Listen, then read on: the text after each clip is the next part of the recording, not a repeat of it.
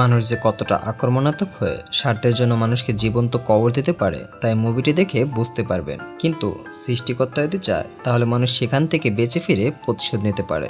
জি, এরকম একটা সত্য ঘটনা থেকে নির্মিত আমাদের আজকের মুভি দ্য রিভেন্যান্ট। তো চলুন শুরু করি। মুভির শুরুতে গ্লাস আর তার ছেলে হককে দেখানো হয় এবং তাদের সাথে আরও বেশ কয়েকজন বন্দুক নিয়ে খুব সাবধানে ঘোরাঘুরি করছে। হঠাৎ করে গ্লাস একটা হরিণকে উদ্দেশ্য করে গুলি ছোড়ে। আসলে এরা একটা কোম্পানিতে চাকরি করে এবং এদের কাজ হলো পশু শিকার করে কোম্পানির কাছে চামড়াগুলো পৌঁছে দেওয়া। আর তারা এই এলাকায় এসেছে পশুগুলোকে শিকার করতে। হঠাৎ তাদের দলের একজন দূর থেকে দৌড়ে আসে এবং মাটিতে পড়েই মারা যায়। এটা দেখে বোঝা যায় কেউ তাকে হয়তো আক্রমণ করে মেরে ফেলেছে। আর ওরা এই ঘটনা বোঝার আগেই দেখতে পায় কেউ তাদের উপরে বৃষ্টির মতো তীর ছুঁড়ছে, যে তীরের আঘাতে ওদের দলের আরও অনেকে মারা যায়। আসলে যারা গ্লাসদের গ্রুপে আক্রমণ করেছে তারা হলো এখানকার আদিবাসী আর কি গ্রুপের লোক। তাদের সর্দারের মেয়ে পোয়াকাকে কিছু লোক অপহরণ করেছে, তাই এই আদিবাসীরা মনে করেছিল এরা এই সর্দারের মেয়েকে তাদের কাছে ধরে রেখেছে। এজন্যই আদিবাসীরা কোনো কথা না বলেই এদের উপরে আক্রমণ করতে শুরু করে। আর আদিবাসীদের কাছে তেমন কোনো অস্ত্রই ছিল না, সাধারণ তীর ধনুক দিয়েই এদেরকে কোণঠাসা করে ফেলেছিল। তাই তারা বাধ্য হয়ে কোনো মতে নদীপথ দিয়ে ওখান থেকে পালিয়ে আসে। কিছু দূর যাবার পর গ্লাস তাদের সবাইকে বলে আমাদেরকে নৌকা থেকে নেমে জঙ্গল দিয়ে যাওয়া উচিত, যে কোনো সময় আমরা আবার বিপদে পড়তে পারি। এখানে অনেক ধরনের আদিবাসী রয়েছে, তাছাড়া নদীপথ দিয়ে আক্রমণগুলো একটু বেশি হয়, তাই নৌকা রেখে পায়ে হেঁটে যাওয়াই বুদ্ধিমানের কাজ হবে। কিন্তু এ ব্যাপারে জন নামের এক ব্যক্তি জঙ্গল দিয়ে যেতে চাইছিল না, তিনি চাচ্ছিলেন নৌকা দিয়ে যেতে। কিন্তু গ্লাসের কথায় ক্যাপ্টেন হেনরি রাজি হয়ে যায়, কারণ এই জঙ্গলটা একমাত্র গ্লাসই ভালোভাবে চেনে। যেহেতু তাদের ক্যাপ্টেন জঙ্গল দিয়ে যাবার সিদ্ধান্ত নিয়েছে, তাই সবাইকে জঙ্গল দিয়ে যেতে হবে। এরপর সবাই ক্যাপ্টেনের কথা মতো নৌকা রেখে মাটিতে নেমে আসে আর নৌকাটাকে এভাবে নদী দিয়ে ভাসিয়ে দেয়, যাতে আদিবাসীরা যদি জঙ্গল থেকে নৌকাটাকে ফলো করে তাহলে কোনোভাবে যেন বুঝতে না পারে যে এরা নৌকা ছেড়ে জঙ্গলে নেমে এসেছে। এবার এরা উপরে উঠে এসে শিকার করা চামড়াগুলো মাটির তলে লুকিয়ে রাখে, যাতে শিকার শেষে যাবার সময় এখান থেকে আবার চামড়াগুলো নিয়ে যেতে পারে। এর পরের দিন দেখা যায় গ্লাসের কথাটাই ঠিক ছিল, আদিবাসীরা তাদের সে নৌকায় আক্রমণ করেছে এবং নৌকাটাকে পুড়িয়ে দিয়েছে। আর এই ফাঁকা নৌকা দেখে আদিবাসীরা বুঝে যায় যে গ্লাসটা পানিপথ ছেড়ে জঙ্গলের ভিতর দিয়ে লুকিয়ে বেড়াচ্ছে। এদিকে গ্লাসের গ্রুপের সবাই জঙ্গলের ভিতরে বিশ্রাম নিচ্ছিল, আর তখন গ্লাস ওদের গ্রুপ থেকে একটু দূরে গিয়ে সবাইকে রেখেই একা একা শিকার করছিল। হঠাৎ গ্লাস 3টা ভাল্লুকের বাচ্চা দেখতে পায়, আর সে সময় পিছন থেকে বাচ্চা ভাল্লুকের মা এসে গ্লাসকে আক্রমণ করতে শুরু করে। আসলে ভাল্লুকটি মনে করেছিল গ্লাস তার বাচ্চাদেরকে মারতে এসেছে, তাই হিংস্র হয়ে গ্লাসকে প্রচুর পরিমাণে কামড়াতে থাকে এবং অনেক জখম করে ফেলে।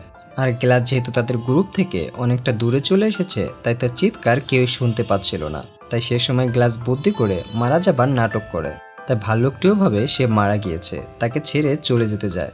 তখন গ্লাস বন্দুক তাক করে ভাল্লুকটিকে গুলি করে, কিন্তু এতে ভাল্লুকটির কিছুই হয় না। ফিরে এসে গ্লাসকে আবারও আক্রমণ করতে শুরু করে।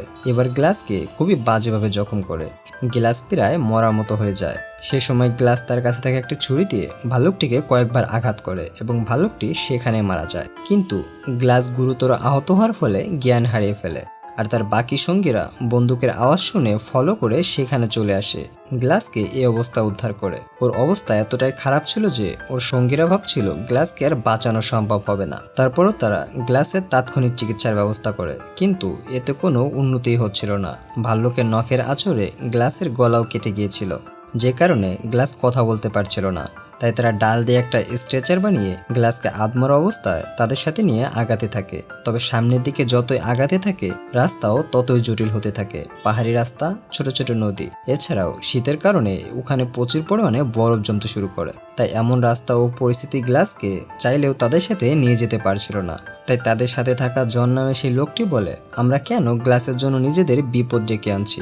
ওর কারণে আমাদের রাস্তাও দেরি হচ্ছে, যে কোনো সময় আদিবাসীরা আমাদেরকে ধরে ফেলতে পারে। এর চেয়ে এখানে আমরা ওকে মেরে কবর দিয়ে চলে যাই। তাই জনের কথা মতো ক্যাপ্টেন গ্লাসকে মারার জন্য চোখের কাপড় বেঁধে গুলি করতে যায়। তখন ক্যাপ্টেন হ্যান্ডির হাত কাঁপতে থাকে, আর গ্লাসের ছেলে হকের কান্নাকাটিতে ক্যাপ্টেন বন্দুক নামিয়ে ফেলে এবং ঘোষণা দেয় যে দুজন লোক গ্লাসের সাথে তার মৃত্যু পর্যন্ত এখানে থাকবে ও মৃত্যুর পরে ভালোভাবে তাকে কবর দিয়ে ক্যাম্পে যাবে, তাকে $70 করে দেওয়া হবে। তো কথা শুনে গ্লাসের ছেলে আর বিজান নামের একজন রাজি হয়ে যায়। গ্লাসের ছেলে বলে, আমার বাবার কারণে আমাকে কোনো টাকা দিতে হবে না, কিন্তু এরা দুজন ছিল খুবই ছোট। তখন ক্যাপ্টেন বলে, একজন অভিজ্ঞ মানুষ এদের সাথে থাকলে ভালো হয়। একথা শুনে জন বলে, আমাকে $100 দিলে আমি থাকতে পারি। তো ক্যাপ্টেন $100 দিতেই রাজি হয়। এরপর গ্লাসের সাথে ওদের তিনজনকে রেখে বাকি সবাইকে নিয়ে ক্যাপ্টেন হেনরি সামনের দিকে যেতে থাকে। আর এখন ওরা তিনজনে মিলে গ্লাসে মৃত্যুর জন্য অপেক্ষা করছিল। কিন্তু জনের এখানে গ্লাসে মৃত্যুর জন্য অপেক্ষা করতে ভালো লাগছিল না। সে এখান থেকে চলে যেতে চাইছিল। তাই সে আগে থেকে গ্লাসের জন্য একটা কবর করে রাখে। পরের দিন সকালে গ্লাসের ছেলে আর বিজার একটু দূরে যায় খাবারের জন্য কিছু একটা শিকার করতে। আর তখন জন গ্লাসের কাছে এসে তাকে বলে, তুমি মারা যাচ্ছ না কেন? তোমার কারণে আমরা কয়েকজন মানুষ বিপদে আছি, আর তুমিও কষ্ট পাচ্ছ। তাই আমি তোমাকে এই কষ্ট থেকে মুক্তি দিতে চাই। এটা বলে সে গ্লাসের মুখ চেপে ধরে মেরে ফেলার চেষ্টা করে। সে সময় গ্লাস নিজের আত্মরক্ষা করার মতো কোনো শক্তি তার ছিল না।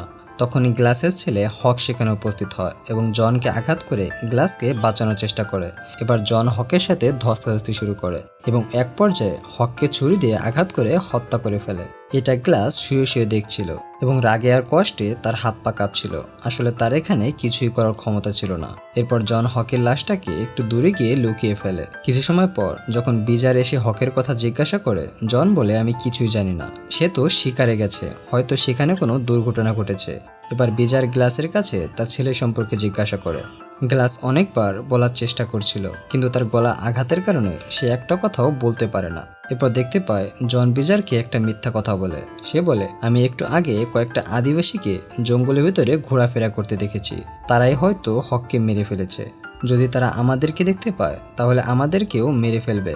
তাই আমাদের গ্লাসকে রেখে এখান থেকে চলে যাওয়া উচিত। কিন্তু বিজার এমন সিদ্ধান্তে রাজি ছিল না। সে বলে, আমরা ক্যাপ্টেনকে কথা দিয়েছি যে গ্লাসকে মারা যাওয়ার পরে তাকে কবর দিয়ে এখান থেকে যাব, তাই আমাদের এটা করা উচিত হবে না। তারপরও জন গ্লাসকে ধরে জোর করে টানতে টানতে নিয়ে সেই খুঁড়ে রাখা কবরের মধ্যে ফেলে দেয় এবং জীবন্ত অবস্থায় তাকে মাটি দিতে থাকে এবং শুধুমাত্র মুখ বাদে পুরো শরীরটাই মাটির নিচে পুঁতে রাখে। সর্বশেষ বিজার কোনো উপায় না পেয়ে বাধ্য হয়ে জনকে সঙ্গ দেয় আর এখান থেকে যাওয়ার সময় গ্লাসের কাছে একটা পানির বোতল রেখে যায়। এরপর দেখতে পায় গ্লাস তার সর্বশক্তি দিয়ে কবরের নিচ থেকে ওঠার চেষ্টা করে এবং কোনো মতে গড়াগড়ি খেয়ে ওখান থেকে উপরে উঠে আসতে সফল হয়। গ্লাস হামাগুড়ি দিয়ে তার ছেলের লাশের পাশে গিয়ে কান্না করতে থাকে এবং জনের উপরে তার প্রচণ্ড ক্ষোভ সৃষ্টি হয় আর সিদ্ধান্ত নেয় বেঁচে থাকলে জনকে মেরে এর প্রতিশোধ নেবে। ওইদিকে বিজার পরের দিন সকালে জনের সাথে কথা বলতে বলতে জানতে পারে যে জনই হককে হত্যা করেছে এবং জঙ্গলে সে সময় কোনো আদিবাসী ছিল না। তাকে মিথ্যা বলে গ্লাসকে একা রেখে আসা হয়েছে। তাই এটা নিয়ে তাদের মধ্যে ছোটখাটো একটা ঝগড়া হয়। তখন জন বিজারকে বন্দুক তাক করে বলে, যদি ক্যাপ্টেন জানতে পারে আমরা এই কাজ করেছি তাহলে আমাদের দুজনকেই শাস্তি পেতে হবে। এ কারণে আমাদের দুজনকেই এ বিষয়ে চুপ থাকতে হবে। বিজার ভয় পেয়ে জনের কথা শুনতে বাধ্য হয়। এরপর গ্লাস ঘষতে ঘষতে একটা নদীর কাছে গিয়ে বিজারের দেওয়া পানি বোতল দিয়ে পানি খাওয়ার চেষ্টা করে, কিন্তু খেয়াল করে পানি তার গলার কাটা অংশ দিয়ে পড়ে যাচ্ছে এবং সে প্রচণ্ড ব্যথা পাচ্ছে। তখন ওর কাছে বন্দুকে ব্যবহার করার জন্য বেশ কিছু বারুদ ছিল, যেটা ওর গলায় দিয়ে শুকনো ঘাসের মাধ্যমে আগুন ধরিয়ে দেয়, যাতে গলার ঘা দ্রুত শুকিয়ে যায় ও রক্ত পড়াটা যেন কমে। কারণ তাকে বাঁচতে হলে আগে রক্ত ঝরা কমাতে হবে আর খাবার খাওয়ার জন্য গলাটা ঠিক করতে হবে। কিন্তু এতে তার প্রচণ্ড ব্যথা হয় আর সেখানে অজ্ঞান হয়ে যায়। এরপর দেখতে পায় নদীর পাশে একটা গুহার মধ্যে সে থাকতে শুরু করে। সেখানে পাখির মাংস কিংবা ঘাস পাতা খেয়ে ক্ষুধা নিবারণ করত এবং সেখানেই সে কিছুটা সুস্থ হতে থাকে এবং লাঠি ভর দিয়ে হাঁটার চেষ্টা করে। একদিন সকালে দেখতে পায় সেখানে কিছু আদিবাসী চলে এসেছে। এটা দেখতে পেয়ে গ্লাস ভয় পেয়ে যায় এবং আদিবাসীরা ওকে ধরে ফেলার আগেই ঠান্ডা নদীর পানিতে লাফ মারে। আদিবাসীরা ওকে দেখতে পেয়ে কয়েকটা তীর ছোড়ে, কিন্তু একটা তীরও ওকে আঘাত করতে পারে না এবং নদী দিয়ে স্রোতে ভাসতে ভাসতে একটা তীরে গিয়ে ওঠে। ওখানে নদী থেকে মাছ শিকার করে খেত আর আগুন জ্বালিয়ে গা গরম করার চেষ্টা করত এবং এখানে সে অনেকটা সেরে উঠছিল। হঠাৎ সে একটা সময় খেয়াল করে একটু দূরেই আগুন জ্বলছিল। সেখানে গিয়ে দেখতে পায় হক নামের একটা লোক পশু শিকার করে সেটা মাংস খাচ্ছে। সে গ্লাসকে দেখে কিছুটা খাবার তাকে দেয়। এটা পেয়ে গ্লাস পাগলের মতো খাওয়া শুরু করে, কারণ অনেকদিন হলো গ্লাস ভালোভাবে কিছু খেতে পারছিল না। তারপর সে গ্লাসকে বলে, তোমার এরকম অবস্থা কিভাবে হলো? গ্লাস কোনোমতে ইশারার মাধ্যমে তার সাথে ঘটে যাওয়া সমস্ত ঘটনা তাকে জানায়। তখন হাওয়াক জানায়, আমারও সমস্ত পরিবারকে কিছু লোক হত্যা করেছে। আমার তাদেরকে হত্যা করার কোনো ইচ্ছা নেই, কারণ প্রতিশোধ নেওয়া আমাদের কাজ নয়, এটা উপরওয়ালার কাজ। তাই তোমার আর আমার অবস্থা সেম। আমি তোমাকে আমার সাথে নিয়ে যাব এবং সাহায্য করব। এরপর তিনি গ্লাসকে সাথে নিয়ে চলে যায়। আর এদিকে দেখতে পায় জন আর বিজার তাদের ক্যাম্পের কাছে পৌঁছে গেছে। তারা দুজন ক্যাপ্টেনের কাছে গেলে জন বলে গ্লাস মারা যাওয়ার পর তাকে সুন্দরভাবে কবর দিয়ে কবরের চারপাশে পাথর দিয়ে ঘিরে দেয় এবং আসার পথে হঠাৎ হক আমাদের কাছ থেকে হারিয়ে যায়। হয়তো সে পথ ভুলে গেছে, না হয় অন্য আদিবাসীদের কাছে ধরা পড়েছে। যাই হোক, এটা শুনে ক্যাপ্টেন একটু শোকাহত হয় আর তাদের টাকা বুঝিয়ে দেয়। এখানে জন তার টাকা নিলেও বিজার তার ভাগের টাকা না নিয়ে সেখান থেকে চলে যায়। এরপর দেখতে পায় গ্লাস এখন আরো সুস্থ হয়ে গেছে। এখন আর পানি খেলে তার গলা দিয়ে পানি পড়ে না, আর তার শরীরে কাটা অংশে সেই লোকটা চিকিৎসা করে দিত। এর কিছু সময় পর হঠাৎ একটা তুফান চলে আসে, আর এই তুফানে গ্লাস অজ্ঞান হয়ে যায়। ওই লোকটা এটা দেখতে পেয়ে গ্লাসকে বাঁচানোর জন্য গাছের ডাল দিয়ে কুড়ে ঘরের মতো তৈরি করে গ্লাসকে সেভ করে। গ্লাস কুড়ে ঘর থেকে পরের দিন সকালে উঠে দেখতে পায় সেই লোকটাও কোথাও নেই। তাকে খুঁজতে খুঁজতে একটু দূরে গিয়ে দেখতে পায় একটা গাছের সাথে তার লাশ ঝুলছিল। এ কারণে গ্লাস চারিদিকে খুব সতর্কভাবে চেক করে এবং দেখতে পায় কিছু আদিবাসীকে। এরা ওই লোকটিকে হত্যা করেছে। এবার গ্লাস খেয়াল করে এরা একটা মেয়েকে কিডন্যাপ করে তাদের কাছে ধরে রেখেছে। আসলে আদিবাসী আরকি গ্রুপের সর্দারের মেয়ে সেই পোয়াকাকে এরাই কিডন্যাপ করেছে। এবার দেখা যায় পোয়াকার সাথে ওদের দলের একজন খারাপ কাজ করছিল। তখন গ্লাস পিছন দিক দিয়ে ওকে মেরে পোয়াকাকে সাথে নিয়ে ওদের ঘোড়া নিয়েই পালিয়ে আসে। পালিয়ে আসার সময় গ্লাসের সাথে থাকা সে পানি বোতলটি সেখানে পড়ে যায়। একটু পর রাত হয়ে গেলে সে একটা জায়গায় রাতটা কাটায়, আর পোয়াকা নিজের মতো করে একটা জায়গায় চলে যায় এবং সকালে গ্লাসের ঘুম ভাঙে আদিবাসীদের আক্রমণের মাধ্যমে। অর্থাৎ সে আদিবাসীরা আবারও খুঁজতে খুঁজতে গ্লাসের কাছে চলে এসেছে। গ্লাস নিজেকে বাঁচাতে সে ঘোড়া নিয়ে পালাতে থাকে এবং এক পর্যায়ে পাহাড় থেকে লাফ মারে। এতে তার ঘোড়াটা সেখানে মৃত্যুবরণ করে, আর গ্লাস একটা গাছের উপর পড়াতে কোনো মতে বেঁচে যায়। এবার গ্লাস খেয়াল করে তুষারপাতের কারণে তার শরীর ঠান্ডা হয়ে যাচ্ছে আর রক্ত জমাট বাঁধতে শুরু করেছে। তাই সে নিজেকে বাঁচাতে ঘোড়ার পেট ছুরি দিয়ে কেটে নাড়ি ভুড়ি বের করে সে সেটার ভিতরে ঢুকে পড়ে, যাতে সেখানে সে একটু গরম নিতে পারে। এরপর কিছু সময় পর গ্লাস সেখান থেকে বের হয়ে আবারও তার ক্যাম্পের উদ্দেশ্যে রওনা দেয়। যে করেই হোক তার এই প্রতিকূল অবস্থা পার করতেই হবে। তারপর দেখতে পায় একটা অচেনা শিকারী লোক বিপদে পড়ে গ্লাসদের ক্যাম্পে এসে কিছু খাবার চায় এবং তার কাছে গ্লাসের কাছ থেকে পড়ে যাওয়া সে পানি বোতলটি দেখতে পায় এবং শিকারিটা জানায় সে এই বোতলটি কুড়িয়ে পেয়েছে, যেটা দেখে ক্যাপ্টেন ভাবে গ্লাসের ছেলে হক মনে হয় এখনো বেঁচে আছে এবং তিনি তাকে খুঁজতে দলবল নিয়ে বেরিয়ে পড়ে আর চারিদিকে তন্ন তন্ন করে খুঁজতে থাকে। এক পর্যায়ে তারা গ্লাসকে খুঁজে পায়। গ্লাসকে দেখতে পেয়ে সবাই অবাক হয়ে যায়, কারণ জন বলছিল গ্লাস মারা গেছে এবং তাকে কবর দিয়েই সে ক্যাম্পে এসেছে। অবশেষে ক্যাপ্টেন গ্লাসের কাছ থেকে তার সাথে ঘটে যাওয়া সবকিছু শুনতে পায়। জন তার সাথে কি করেছে এবং সে হককে হত্যা করেছে সবকিছু। এগুলো শুনে ক্যাপ্টেন জনকে ধরার জন্য ক্যাম্পে চলে আসে। এসে দেখতে পায় জন ক্যাম্পে কিছু টাকা পয়সা চুরি করে আগেই পালিয়ে গেছে। এটা দেখে ক্যাপ্টেন আরো রেগে যায় এবং সিদ্ধান্ত নেয় সে যেখানেই থাকুক তাকে ধরে এনে শাস্তি দেবে। তাই সে ওকে ধরার জন্য বেরিয়ে পড়তে যায়। তখন গ্লাস বলে তাকে খুঁজতে আমিও যেতে চাই, কিন্তু ক্যাপ্টেন তার শরীরের কন্ডিশন দেখে তাকে নিতে চাইছিল না। গ্লাস বলে আমার সবকিছু শেষ হয়ে গেছে, আমার চোখের সামনে আমার ছেলেকে হত্যা করেছে, তাই আমি এর বদলা নিজের হাতেই নিতে চাই।